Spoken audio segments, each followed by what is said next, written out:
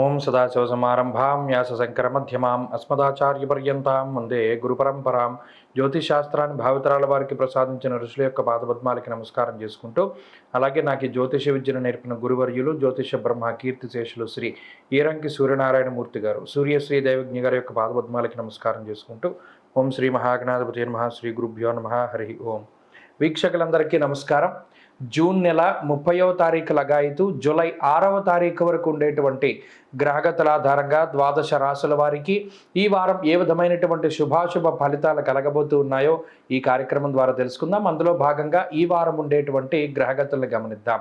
ఈ వారంలో కుజగ్రహం మేషరాశి యందు సంచారం చేస్తూ ఉండగా, వృషభ రాశి యందు గురువు, మిథున రాశి యందు రవి శుక్రుల యొక్క సంచారము, కర్కాటక రాశి యందు బుధుడు, అలాగే కేతువు కన్యారాశి యందు, కుంభమందు శనేశ్వరుడు వక్రించి సంచారం చేస్తూ ఉన్నారు, మీనమందు రాహు సంచారం చేస్తూ ఉన్నారు.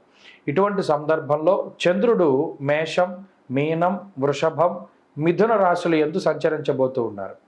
ఈ వారంలో ద్వాదశ రాశుల వారికి ఏ విధమైనటువంటి శుభాశుభ ఫలితాలు కలగబోతున్నా తెలుసుకుందాం. అందులో భాగంగా వృశ్చిక రాశి వారికి ఈ వారం సాధారణమైనటువంటి గ్రహస్థితి గోచరిస్తూ ఉన్నది. ప్రత్యేకించి ఈ రాశి వారికి సప్తమంలో గురుడు యోగిస్తూ ఉండడం, అలాగే షష్ఠస్థానమందు కుజుడు అనుకూలంగా ఉండడం, అష్టమమందు శుక్రుడు యోగిస్తూ ఉండడం, చంద్రబలం అధికంగా ఉండడం వెరసి 4 గ్రహాల తాలూకు శుభ ఫలితాలు ప్రత్యేకించి కనబడుతూ ఉన్నాయి. ఈ గ్రహస్థితి తాలూకు అనుకూలతల వల్ల జీవితంలో కొంత ఉత్సాహం అనేటువంటిది ఉంటూ ఉంటుంది. ఏదైనా ఒక పని చేయడానికి ఉత్సుకతని అంటే ఇష్టాన్ని చూపెడుతూ ఉంటారు. గతంలో ఏదో మొక్కుబడిగా పనులు పూర్తి చేస్తూ ఉన్నటువంటి వృశ్చిక రాశి వారు ఇప్పుడు ఇష్టతతోటి లేదా ఏదైనా ఒక క్యూరియాసిటీ తోటి ముందడుగు వేయడాన్ని మనం ఈ వారం ప్రత్యేకించి గమనించవచ్చు.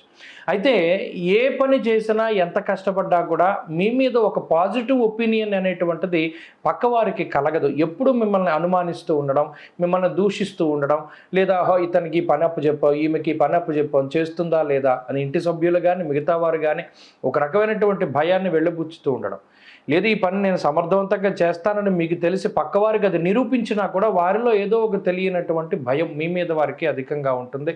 అది గతం తాలూకు అనుభవం తాలూకు జ్ఞాపకాలు అయి ఉండొచ్చు. ఏదైనా సరే ఏదేమైనప్పటికీ వృశ్చిక రాశి వారు ఈ వారంలో కొంత అధికంగా శ్రమిస్తారు.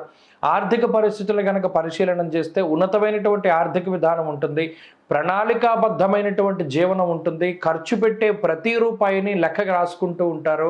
పలానా చోట రూపాయి ఖర్చు పెట్టాం, పలానా చోట 10 రూపాయలు ఖర్చు పెట్టాం, మనం దీన్ని తగ్గించుకోవాలి, మన ఖర్చును తగ్గించుకోవాలి అనేటువంటి విధంగా వీరి ప్రణాళిక ఉంటుంది. దానికి తగ్గట్టుగానే వాళ్ళు ముందుకు వెళతారు. ఖచ్చితంగా ఆర్థికపరమైనటువంటి ప్రగతిని సాధిస్తారు. ఆరోగ్యపరమైనటువంటి విషయాలు సాధారణంగా ఉన్నాయి. ప్రస్తుతానికి అర్ధాష్టమ శనేశ్వరుడు, అష్టమ రవి కొంత ఎక్కువగా ఇబ్బంది పెడుతూ ఉన్నారు. దీనివల్ల అధికంగా ప్రయాణాలు చేయవలసి రావడం, అవి మీకు కలిసి వచ్చేవా కలిసి రానివా అనేటువంటి విషయాన్ని పక్కన పెడితే ఎక్కువ ప్రయాణాలు చేయడం ద్వారా శరీరం అలసిపోయేటువంటి పరిస్థితులు ఉన్నాయి. అదొక్కటే ఆరోగ్యానికి ఇబ్బంది పెడుతుంది. ఇక కుటుంబ సభ్యులతోటి సాన్నిహిత్యం బాగానే ఉంటుంది. జీవిత భాగస్వామి కానీ, సంతానం కానీ, లేదా తల్లిదండ్రులు కానీ, శ్రేయోభిలాషులు, మిత్రులు, బంధువులు వీరందరితోటి కూడా సఖ్యతగానే మెలగగలుగుతూ ఉంటారు.